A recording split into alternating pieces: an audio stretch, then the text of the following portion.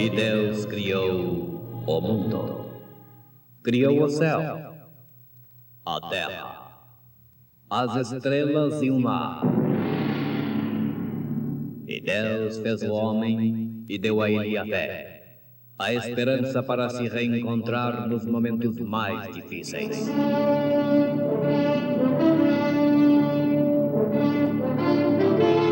E num esforço supremo para levar Deus até você, aqui está o pregador da fé. Pastor Joaquim Gonçalves nos traz fé para vencer.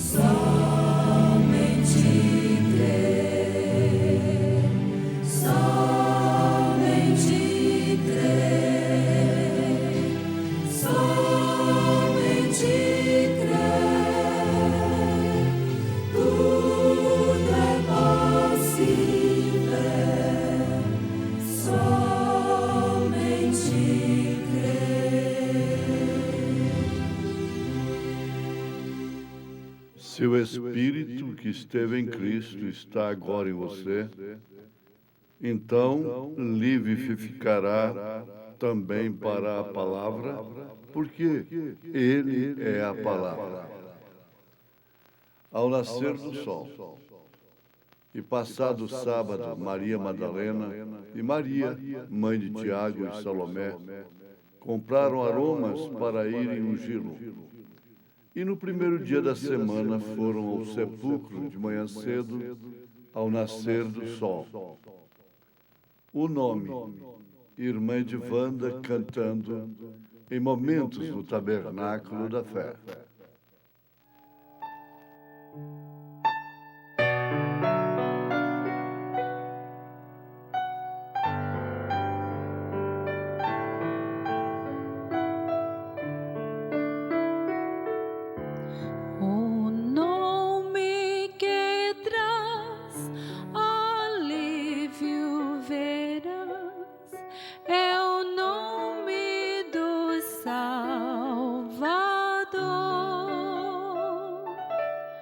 Com este não há, pois nos poderá salvar e guardar no amor. O Salvador Jesus morreu e assim a todos a graça e a justificação. Glória ao nosso Deus.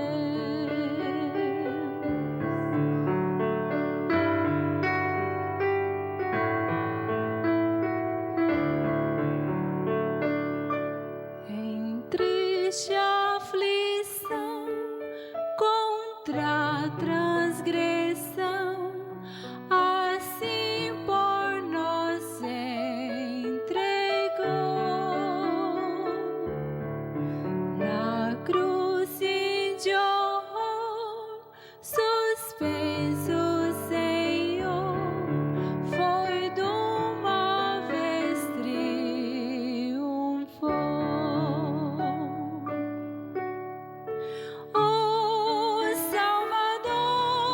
Jesus morreu e assim a todos concedeu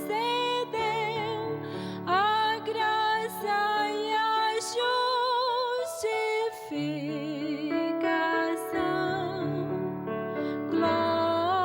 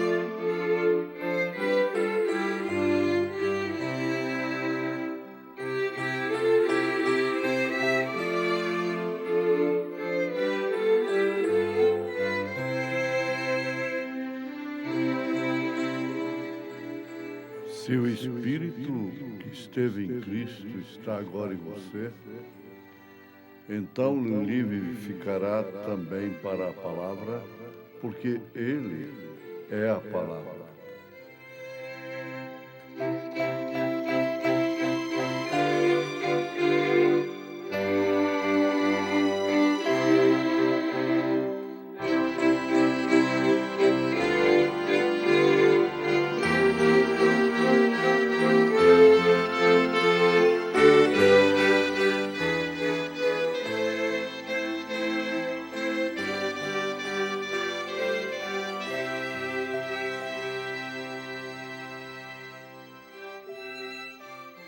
Ouvintes, este assunto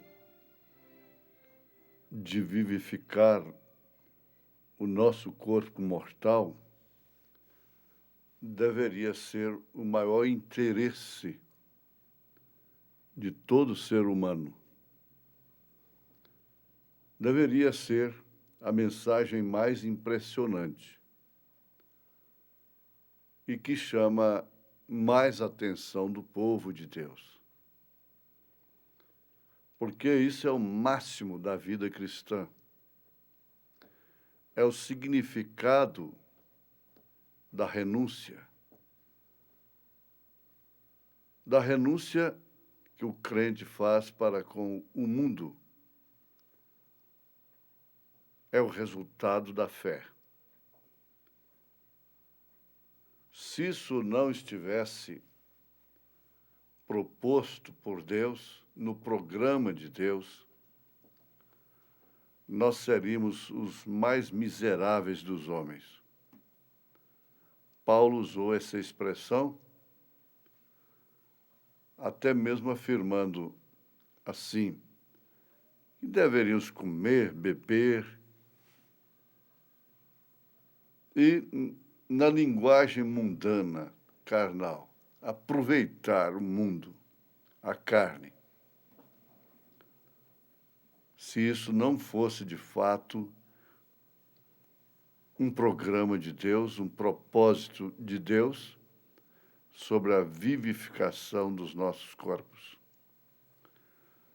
E ele deixa bem claro, na primeira carta aos Coríntios, capítulo 15, que essa vivificação do corpo de Cristo, ou seja, a ressurreição de Jesus, é a justificação da nossa fé.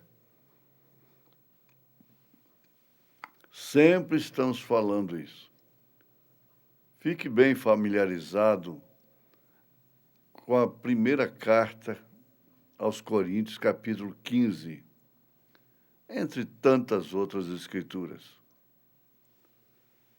A escritura que você deve carregar como um diadema e que qualquer oscilação, qualquer ataque que vem na sua mente ou através de terceiros, você tem aquele escudo, uma escritura para cada ocasião, para cada ataque. Vivificados para a presença de Deus. Não para um show, não para uma demonstração social, religiosa. A mensagem ao nascer do sol, o profeta de Deus mostra que esse poder vivificador que levantou a Cristo dentre os mortos é, de fato, a nossa bandeira. Então, ele põe ênfase nisto durante toda esta mensagem, ao nascer do sol. Vivificados para a presença de Deus.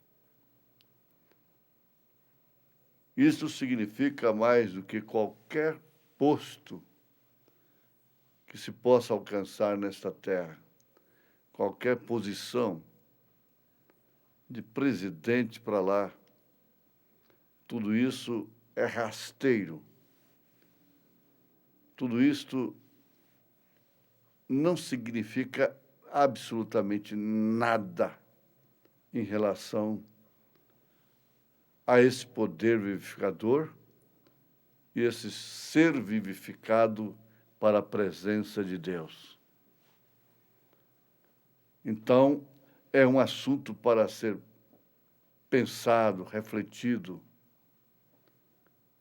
porque não se trata apenas de ser religioso, de ter um bom testemunho, uma boa moral. Nada disto condiciona o homem, a mulher, para esse estado de vivificação diante da presença de Deus. Nada, ele mostra aqui que nada pode fazer isto. Mérito algum.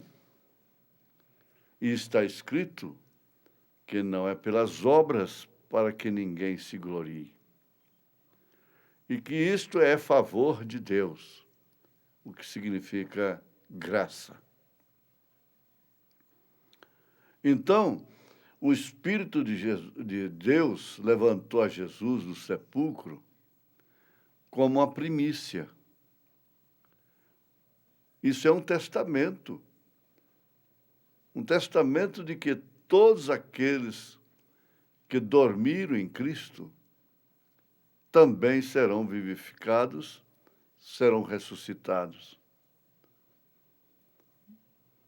para viver em corpos celestiais glorificados, nunca mais envelhecer, nunca mais adoecer, nunca mais sofrer vergonhas, nunca mais padecer necessidades. Num corpo que não está sujeito ao tempo, ao espaço e à matéria. Isso está proposto, está programado, é o engenho de Deus. Ninguém muda, não há demônio que possa mostrar o contrário e convencer um cristão ao contrário disto. Jesus disse: eu lhes dou vida eterna. Essa vida eterna fala exatamente dessa vivificação dos corpos, das almas, dos filhos de Deus, predestinados, cujos nomes foram postos, foram colocados no livro da vida do Cordeiro desde antes da fundação do mundo. Então, essa vida eterna vem da palavra zoe. Isso é muito conhecido entre os que estudam o grego. Então, vida eterna vem dessa palavra, e isto faz com que se mova através de você. Você é objeto do cumprimento desse zoe, desta vida eterna. A vida não teria sentido algum se não houvesse alguém para vivê-la. E você dá sentido para a vida porque você existe para viver esta vida eterna. Então, isto faz com que se mova através de você, vivificando mesmo as nossas mentes. A sua mente tem que ser vivificada para sair do medíocre, sair do atoleiro da razão, dos sentidos naturais, tentando alcançar coisas que não representam nada. E com isso, perdendo aquilo que representa tudo.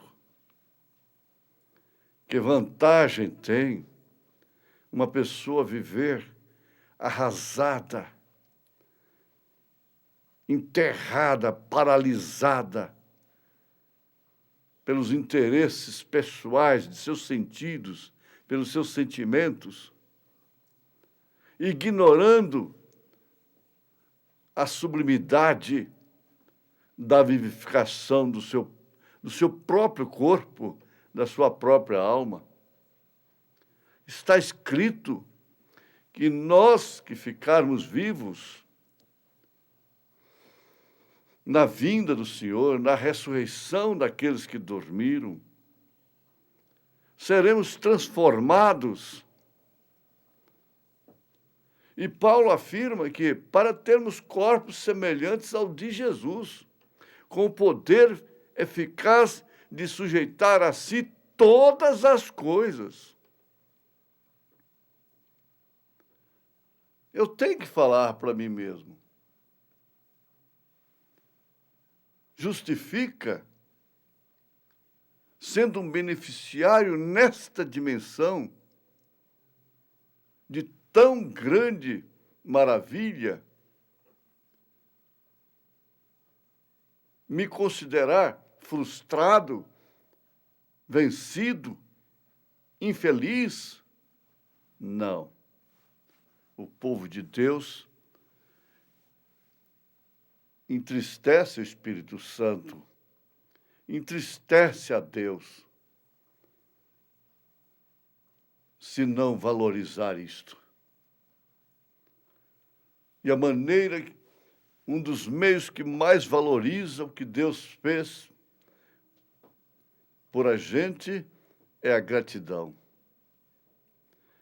Tudo que sofre, você fala para você mesmo, em compensação. Em compensação, eu ganhei muito mais do que o que perdi. Se perde alguma coisa na vida, significa que perdeu o mais importante? Se perde um homem, se perde uma mulher, se perde um filho, se perde bens materiais, qualquer prejuízo que sofra nesta terra, significa ser mais do que a salvação que ganhou pela graça, que alcançou pela misericórdia, significa mais do que o perdão dos nossos pecados? Assim afirma o profeta, você tem que sair desse casco. Foi o que ele disse. Como pode você dizer que o Espírito mora em você e mesmo que você haja feito tudo que crê que é correto? A evidência está aqui, mostrando se o tem ou não. E ele é o Paráclito, o Espírito Santo é o Paráclito divino, é o Consolador, portanto. E se tem o Consolador, é como o hino de Lutero, Castelo Forte. Ainda que perca bens, filhos, mulher, o que poderia cobrir uma vida eterna? Se o Espírito que esteve em Cristo está agora em você, então lhe vivificará também para a palavra, porque ele é a palavra. Então não é o que eu possa ser, não são os meus bons feitos, nem os meus malfeitos. Não. Não significa isso. Significa exatamente você sentir a recompensa, a consolação de quem possui, de quem está, quem tem. Não apela. Quem tem, não cogita. Quem tem, não questiona. Quem tem, não procura provar que tem. Agora, é claro, sendo contrariamente a esse fato, o que acontece? Aparta-se da palavra. O que acontece é isso. Vivendo correto, apartado da palavra. Crendo de uma forma correta, mas apartado da palavra. Porque aquele que não sente a recompensa da vida eterna é porque está apartado da palavra. O mancebo de qualidade, assim conhecido na parábola de Jesus Cristo, tinha tudo que um cristão verdadeiro deve ter. No entanto, ele estava afastado, apartado da palavra, apartado da vida eterna. Ele ficou muito mais rico. E Lázaro comia das migalhas que caíam da sua mesa. Mas ele foi para o Hades, para o inferno. Agora, veja o grande prêmio da nossa vocação, da nossa chamada, sendo nós ainda indignos. Isso é motivo de gratidão, gratidão de coração, gratidão de alma, gratidão de espírito, gratidão na mente, no corpo. Pense nisso, em compensação. Ele ressuscitou e eu estou nessa ressurreição, em nome de Jesus Cristo. Amém.